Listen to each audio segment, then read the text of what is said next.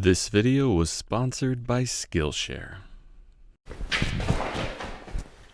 This week in the shop, I'm making a shuffleboard table, but I'm not making it alone. I got some help. Some guys flew in from out of town, KJ Sawdust and Nick Key at Key Woodwork.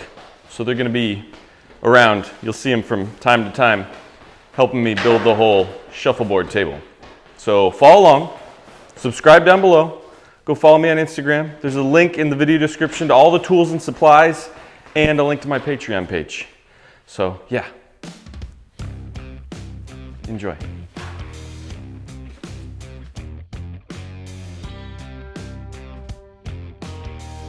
It's not every day that you get to build with your friends, let alone friends that normally reside thousands of miles away. Yep, that's me. And then we got my boy Keith Johnson. You might recognize him from the collaboration we did earlier this year where we built an outside bench for Neil Patrick Harris. And then bringing up the rear, after just wiping his rear it looks like, is Nick Key. In this ragtag group of builders, I like to consider myself somewhat of the morale booster. And then you got Keith, well, he's obviously the brains of the operation. Then you got this random homeless guy that followed us home from the taco shop. And well, Nick, he's just a little confused about everything. The goal for this week is to build a high-end shuffleboard table out of solid black walnut. The purpose behind this build, well, there isn't one. We really don't have a reason, but do you need a reason to build a sweet shuffleboard table? Now this is one of those videos where you're gonna want to watch till the very end, because I'm telling you right now, I've seen this video already and this thing turns out sweet. Kind of like Keith's morsels over there. Squeak, squeak, squeak. Now, because we got rough sawn 6/4 black walnut, the first thing we had to do was get a straight edge on all of our pieces. They were a little too long, being between 11 and 12 feet to put on the joiner, so we got a straight edge with the track saw, and then we took them over to the table saw. We decided to start building the butcher block section of the shuffleboard table first. This is just a big hunk of butcher block together wood that the little shuffleboard puck things are going to slide on. So after getting our straight edge, we started ripping down pieces to just about 2.5 inches that we're going to glue together to make one giant sliding surface. With all of our pieces cut, we took a little time to move them back and forth and get the best look for our butcher block. Then I got out a skill saw and I cut off the excess waste that we didn't need. This sliding surface is going to be 9 feet in total, so we cut a good about 2 feet off the end of the boards. Fortunately, my skill saw wasn't quite big enough to make it all the way through the 2.5 inches. I tried switching to a Japanese pole saw and quickly decided that was a terrible idea and reached for more power with my Bosch reciprocating saw. That did the job nice and quickly, and this isn't our finished edge, so I wasn't too worried about it being a little rough. So with all the pieces for our butcher block now cut to the correct length, we went over to the planer and we ran them through on both sides to get a nice smooth side as well as a great gluing surface. Then we plopped them in some clamps and just kind of applied some pressure to see how easily these were all going to go together. There were some bows and twists in a few of the pieces, so we were a little skeptical about how this was going to all turn out. But we decided to forge ahead and just get some glue between the boards. We probably should have thought this through a little bit more, but we didn't. We just slapped the glue on and started clamping everything together. Then after the glue set up, I got my favorite chisel and started scraping off all the excess. In no time, we managed to get 2 sections of our butcher block glued up, and then it was time to clamp them both together into one giant butcher block shuffleboard surface. Well, that's after I finish working out. In order to clamp them together and get the alignment just right, we decided to do this last glue up with just a few dominoes in between the 2 sections. This would alleviate the stress of trying to get that seam perfect because the dominoes will take care of all that headache for us. So we just mortised out some holes, plopped in our dominoes, grabbed a small thing of glue, and started squeezing it on our seam. Well, squeezing it on the seam between the two pieces, not our personal seam. Anywho, it was great having Keith and Nick in the shop. It's always a treat to have an extra set of hands. Keith was a huge help, and, well, Nick did a great job watching. And in no time, we managed to get our full butcher block glued together and in clamps, and we were ready to move on to phase 2. What's phase 2, you ask? Well, the butcher block just can't be a freestanding butcher block, because when you slide those little metal discs, they'll just fly off into no man's land. So next we had to build a trough, or a tray, or a border that the butcher block will sit down in and keep the pucks up on the table and not landing on your toes.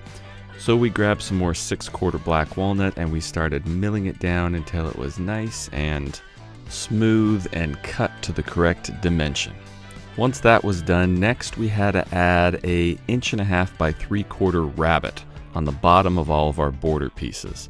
This is going to create a nice little lip for us to insert a piece of plywood up from the bottom to create a bottom for the butcher block to sit onto. So we did this in 2 passes over on my dado saw. One pass at 3/4 of an inch, and then we moved the whole thing over and did another pass, getting us our 1.5 inches. This was a hard job because those are long pieces. It took all 3 of us to feed that unwielding walnut through my dado saw, but boy, we got it done in the end. With all of our pieces rabbeted out on the bottom, it was time to start cutting the ends for our mitered corners. We first started by cutting 2 mitered corners on our end caps. This would give us the total width of our border. And then we cut 1 mitered corner on our length pieces, but just 1, because we weren't exactly sure how long we needed it to be yet. First, we needed to cut our piece of plywood for the bottom, and that will determine how long the sides need to be. So I special ordered this 10-foot piece of 3/4 inch birch. 10 feet. Yeah, that's a lot to wrangle through your table saw. But Keith and Nick were kind enough to pretend to help while I pushed the whole thing through by myself. No, not really. They were actually pulling pretty good. I just was pretending to push. With our piece of plywood cut out for the bottom, we took it over to our dry fit partial frame trough thingamabob and we dropped it down into that pre-cut rabbet. Now, we didn't even have to cut this plywood to length because we wanted it to be as long as possible. Ideally, we wanted 6 inches on the end of our 9-foot butcher block, but it being a 10-foot sheet of ply and having to go into the rabbet, it wound up being more like 5.5. My point is, we left the plywood as long as we could. We used the plywood to measure out our lengths, and then we started connecting our miters with dominoes. Even the foreman came out to take his own footage for his personal blog, which you can find on... I'm just joking. He's 6. I don't let him have a blog yet. Whenever I'm doing a box or a frame like this with mitered corners, I like to use the domino joiner if at all possible. It just takes a lot of the guesswork and headache out of the whole glue up process because it aligns everything nice and clean. Geez, I say nice and clean a lot. Or nice and easy, or clean and simple. But hey, how else am I supposed to describe these beautiful mitered corners? In no time, we had all of our corners mortised out for the dominoes, and Keith and Nick, I think maybe they went to grab a beer or take a nap, but they left me to do all the sanding. By myself. I hate sanding. Now, I'm about to show you 2 very different glue-ups. The first one, which you're about to see right here, is the wrong way to glue up mitered corners. It was the result of us just being really excited to put this together and giving absolutely no thought into how we were actually going to get clamping pressure on these corners. It was a chaotic mess that we did not think through, and as you can see by the jumbled rush of excitement, nervousness, and pure terror, it was not a great time. We did manage to get it all together in the end with the use of about 5,000 clamps and a bunch of little blocks and cauls screwed here or there, but it was a pretty ugly job, and we were pretty ashamed of ourselves. I mean, look at the disgust on Keith's face. He hates himself right now. Ugh. I hate you too, buddy. But the next morning, the mitered corners were dry. Now, we just did one side. We figured we'd glue up one side, let it dry, and then once that was nice and secure, we'd worry about the other side. So after showing you the wrong way to do it, let me show you the right way to do it. But first, why not a close-up of Keith's posterior? Because for some reason, I captured that footage on my phone. Alright, the right way to glue up mitered corners. This time, we thought ahead and we made up a few little 45-degree clamping calls. And then we just glued them directly onto the outside of the frame on both sides of that mitered corner. Those will pop right off when we're done using them. With these clamping calls, we just put a little glue in the seam, pushed it together, a little tap tap here, tap tap there, one clamp at the top, one clamp at the bottom, and we're done. This is the way you should do mitered corners, not that stressful garbage we tried to do at the very beginning. But anyways, let's put the past in the past and move on. Let's recap. We've got our butcher block for our sliding surface all glued up and in clamps, and now our frame is all glued together as well. So the next thing we had to start working on was our leg design and assembly. Now, you might have seen me use the Shaper Origin a few videos back where I made a round dining nook table. Well, we're going to use this magical machine on this project as well to cut out the shape for our legs. We're cutting the shape out of a piece of 1/4-inch oak veneered ply. There's nothing special about oak veneer ply except I had some extra laying around, and this will become the template for our leg. I designed this whole thing on the computer, and then with the Shaper Origin, I just magically uploaded it to the machine and threw it on there and cut it out. That's actually a total lie. Remember that strange homeless guy that was helping us at the beginning? Yeah, his name's Sean, and he actually works for Shaper, and he helped me get the design on the machine because I don't quite know how to use it yet, and I feel like I should give him credit, and I feel a little guilty, and now I'm telling you. Anyways, after getting our template all squared away, we started roughly cutting out pieces that we could glue together for leg blanks. We used the template to trace out the general shape of the pieces we needed onto pieces of 6/4 black walnut. Then I rough cut them out over on the bandsaw. We're going to have to glue basically 2 chunks of wood together to get our overall shape, and then we'll use that 1/4-inch template over on the router table to cut it down to its final exact size. So while I cut out all the pieces on the bandsaw, Keith and Nick glued them together. 6/4 plus 6/4 equals, around 3 inches, somewhere in there. Anyways, we were just going for big, beefy, thick leg blanks. And many hands make light work, so in no time all of our leg blanks were glued up and ready to be set aside while we waited for them to dry. Speaking of waiting for them to dry, we decided to take this opportunity to pull our butcher block out of clamps and see how much work we were going to need to do to this thing to get it flat. We started by using the old eyeball, me at one end, Keith at the other. You know, it honestly doesn't look too terrible at this point, but we decided to test it. We grabbed a piece of scrap ply left over from our 10-foot piece of birch, and we plopped it down onto my workbench, which is somewhat flat, and then laid the slab down on top of that. What we're looking for here is if there is any twist or wobble in it that would be enough to prevent us from just running it through the planer. Surprisingly, there wasn't. It didn't rock or wobble at all, and that was all the confidence I needed to take this giant piece of 2.5-inch thick black walnut and shove it through the gnawing teeth of my 20-inch planer. So with the help of Nick and Keith, we started feeding this thing through, and in no time, we had a perfectly smooth and flat surface on the top and bottom. With that done, we brought it back over to the workbench and plopped it back on this plywood.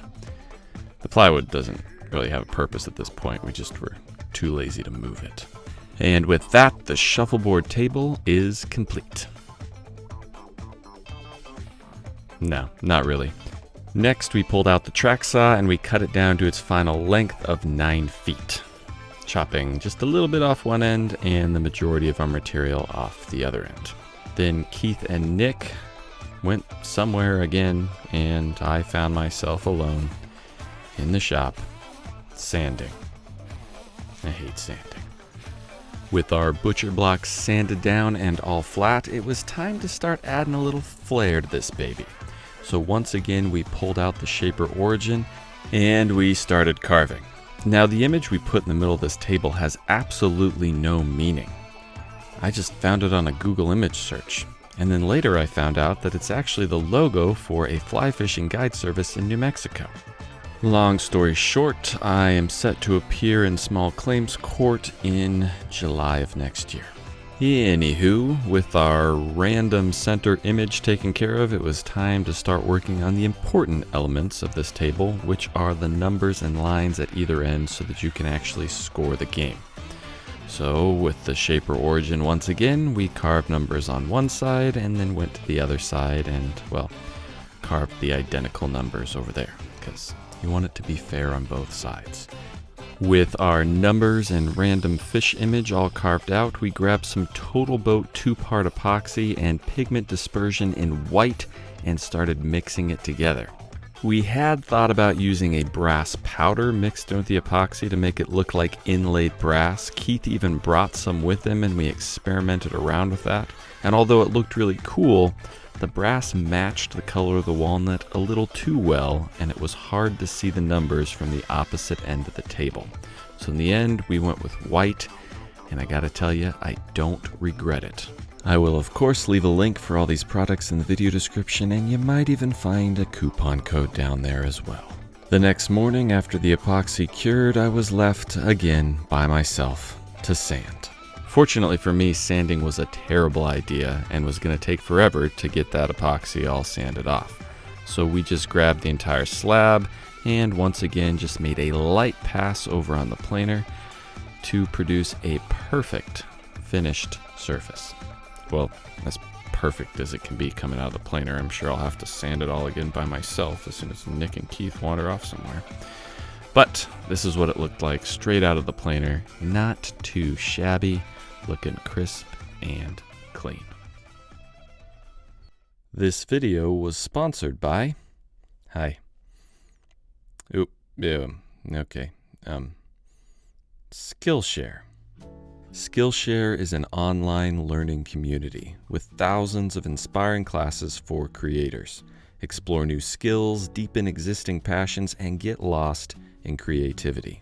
One class that I think you'll love is Finding Fulfillment with Emma Gannon. I think making a pivot in your life can be hard and scary because you're putting yourself out there. But on the other side of the pivot, you can find more fulfillment and feel like you're being more of yourself. It's a super interesting class that shows you how making small pivots can power your creative career. Another class I recently took that hit quite close to home was YouTube Success with Marquez Brownlee. Hey, what's up? I'm Marquez Brownlee, aka MKBHD on the internet. I make YouTube videos about tech products. I'm excited to share my process, which I haven't really done before because I identify as a self-taught filmmaker. I didn't go to film school. Hey, that's just like me. What do you know? They do a really good job of curating Skillshare specifically for learning, meaning that there are no ads and they're always launching new premium classes, so you can stay focused and follow wherever your creativity takes you.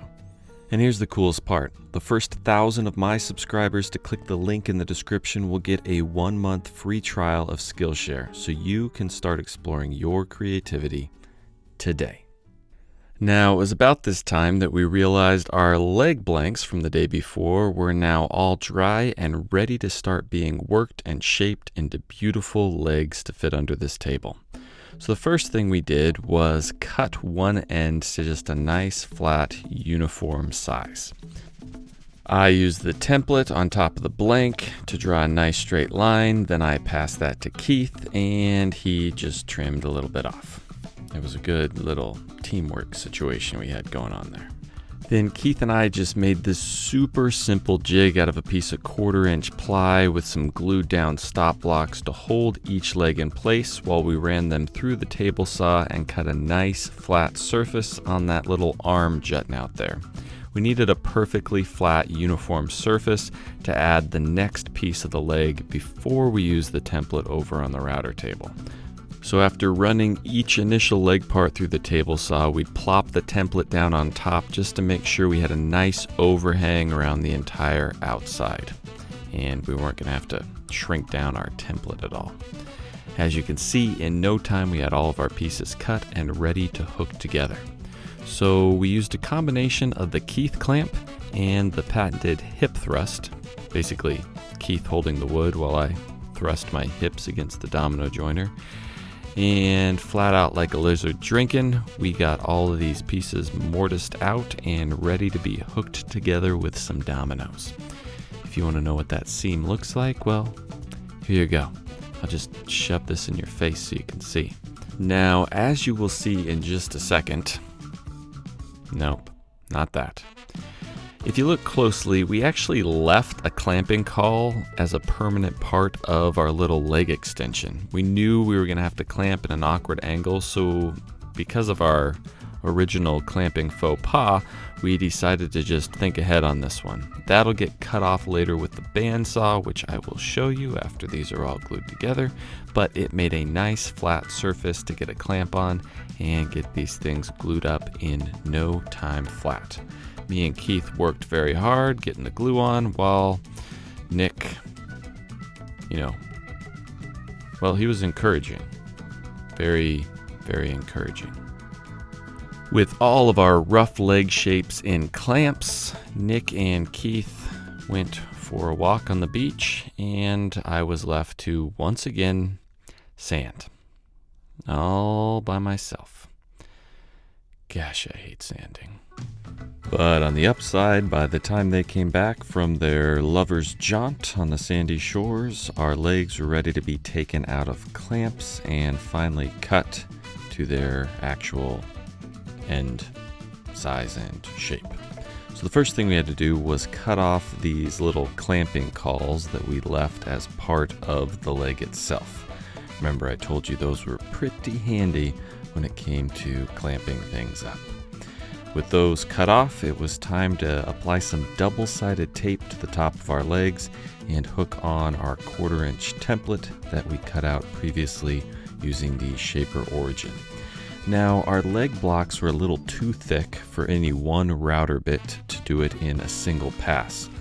But luckily, we were able to use 2 separate bits from Bits and Bits, both flush cut bits, one coming in from the top and the other one coming from the bottom. That got the job done in no time. And don't you worry, I will leave a link to all of these bits down in the video description. And there might be a special coupon code down there as well to help save you a little moolah. After Keith performed the first pass with the template, he handed it to me, and then I just used his pass as the template and finished it off with this spiral upcut, downcut bit on the router table. And in no time, all of our legs were templated out and looking pretty fly. Now all we had to do was cut them down to our final length, both on the top and the bottom. So we just took the template and used it as a template, traced out a little line on the top of our legs, and then using a Rockler crosscut sled, we set it to 18 degrees and just trimmed down the top of each leg. As you can see though, the saw blade just barely was tall enough to almost cut all the way through. But not quite. But it was a thin enough amount left over that I literally just trimmed the rest of it off with a razor blade by hand. So close. Then, to ensure that our legs were nice and sturdy and would not rack, we decided to throw a little stretcher piece connecting the 2 legs on either end. So we just mortised out some holes for some dominoes in the stretcher as well as the legs, plopped the dominoes in there for a dry fit assembly, and boom, we had a beautiful set of legs, one for one side and one for the other side. Then before actually gluing our leg assemblies together with that stretcher, we decided to soften all of our edges just with a nice 1/2-inch roundover bit, once again over on the router table. This was a little tricky and awkward to get in every tiny nook, cranny, and crevice, but I just went slow, and in no time every leg was rounded over and looking beautiful. And next all I had to do was sand each leg down by myself without any help. They literally just stood around and watched while I sanded. This is my life, people. Once I begrudgingly finished all the sanding, it was time to glue our leg assembly together with our stretchers. Now, we went minimal on the glue for this glue up. We just wanted enough to hold that stretcher in place without a crazy amount of squeeze out that we were going to have to clean up off my, not Keith and Nick's, my freshly sanded legs. I'm claiming them because I was the one that actually sanded them. They didn't help me for 1 second. At least that's my story, and I'm sticking to it. As you can see, we didn't need a lot of pressure to clamp this up, just one clamp, plop, and we were done. Then, because we love a good roundover, we took out a router, and just using an 1/8-inch roundover bit, we softened the edge of our butcher block playing surface itself. And believe it or not, with that all done, it was time to start adding some finish on this thing. Now you're going to be really proud of me. I am using Rubio Monocoat, but because this is walnut, I didn't reach for the cotton white. This is Rubio Monocoat Pure. Looks great on walnut and super easy to apply. So with Keith filming my every movement, I started spreading that thing all over our butcher block playing surface. A little bit here, a lot of it there, and while I did the butcher block, Nick and Keith finally got to work, and they added Rubio to our entire frame assembly. Once we were both done with our designated tasks of buffing, polishing, wiping, and stroking, that last word was probably not the best descriptive word, we all joined together in a communal stroke of the legs. Wipe down of the legs. We wiped oil on the legs. We coated the legs with oil. Yeah, let's leave it at that. And we also put a coat of Rubio on the bottom of our piece of plywood that will be inset inside of our frame structure. The next morning, we had to start putting everything together. It was assembly day, and that started with drilling 60 countersunk holes on the bottom surface of that plywood so we could attach it inside of our frame. Now, before you freak out and say, what the heck are they doing? That's the ugliest piece of fabric I've ever seen in my life. Yeah, we thought so too. We originally bought it thinking the leather and walnut would look good together, and we hated it. But instead of just throwing it away and not using it, we decided to use it as a cushioning layer underneath our actual fabric choice.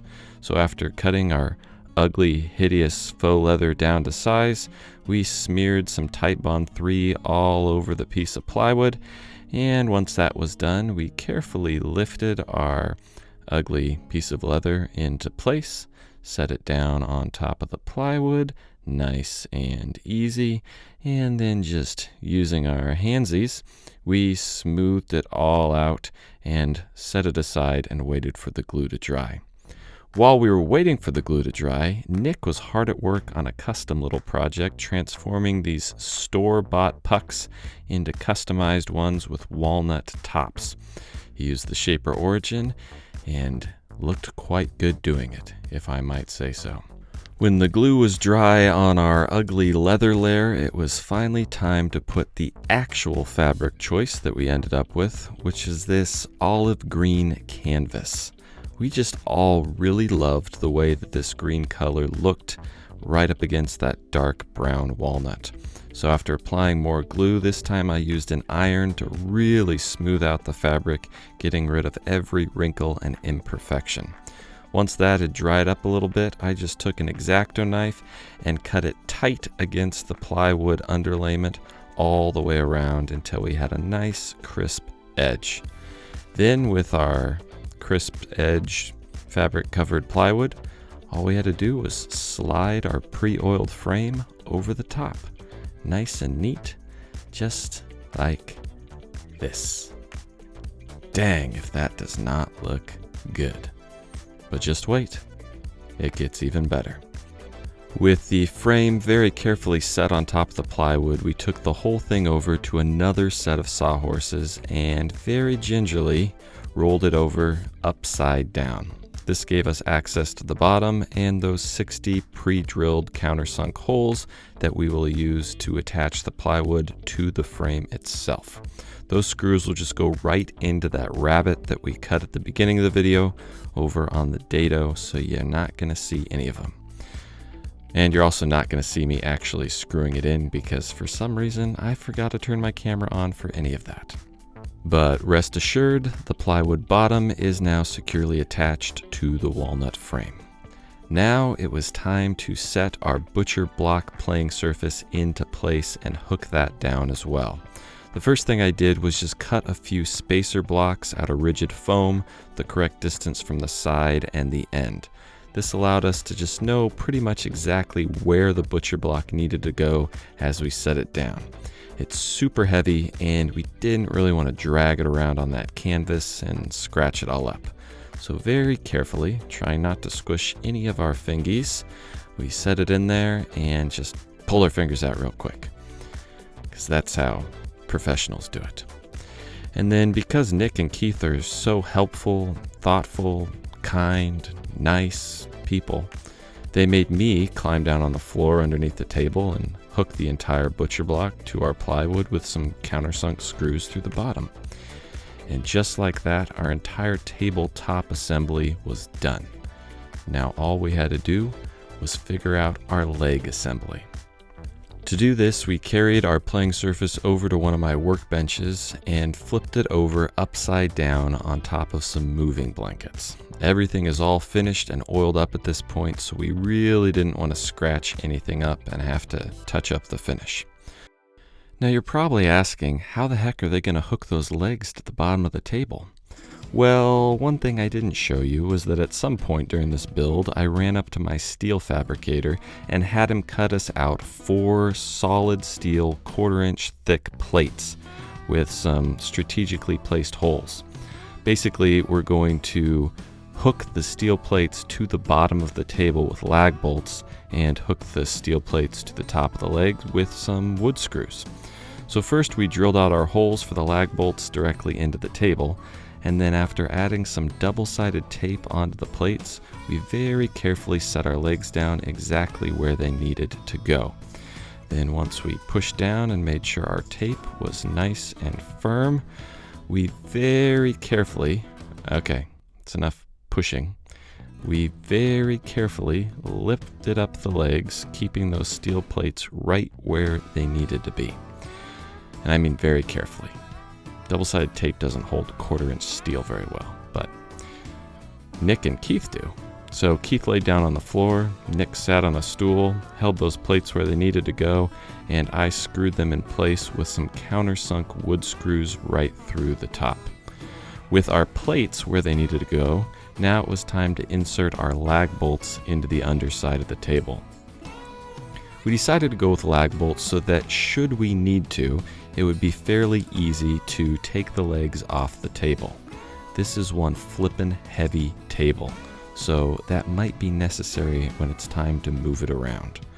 I just used a little 5-minute epoxy on the tip of each lag bolt and a ratchet with a locking nut to wrench them in place.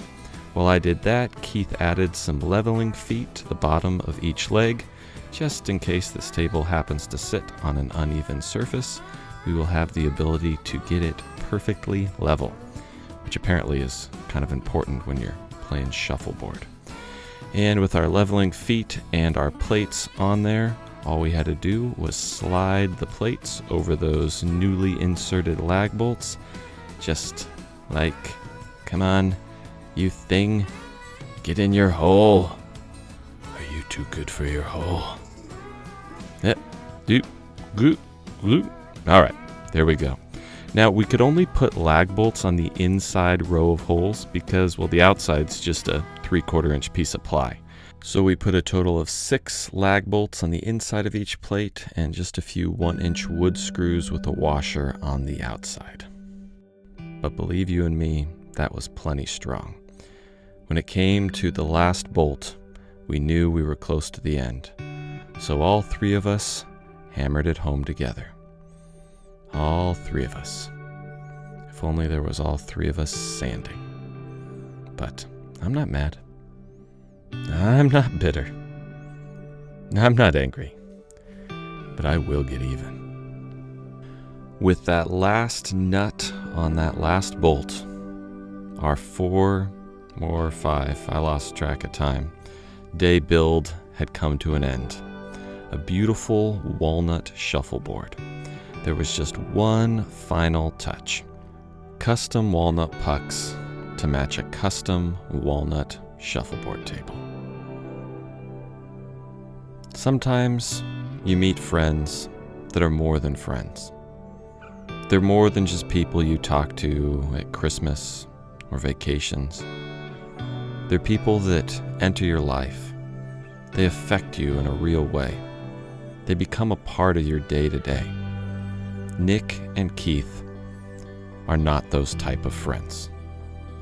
They're the type of friends that will stick you with all of the sanding and make you do it by yourself, alone, until your fingers hurt real bad. And then they'll play shuffleboard without you when your back is turned. Yeah, enjoy it, guys. Hope you really like that silky smooth surface. Hope you really appreciate the hours of painstaking hard work that went into getting it that way. All right, guys, that's it. I was able to build this entire shuffleboard table in just 5 days. And it looks Well, I mean, I helped a little bit. Well, that's true. Hey, I watched. And you did a good job, bud. It's a good watcher.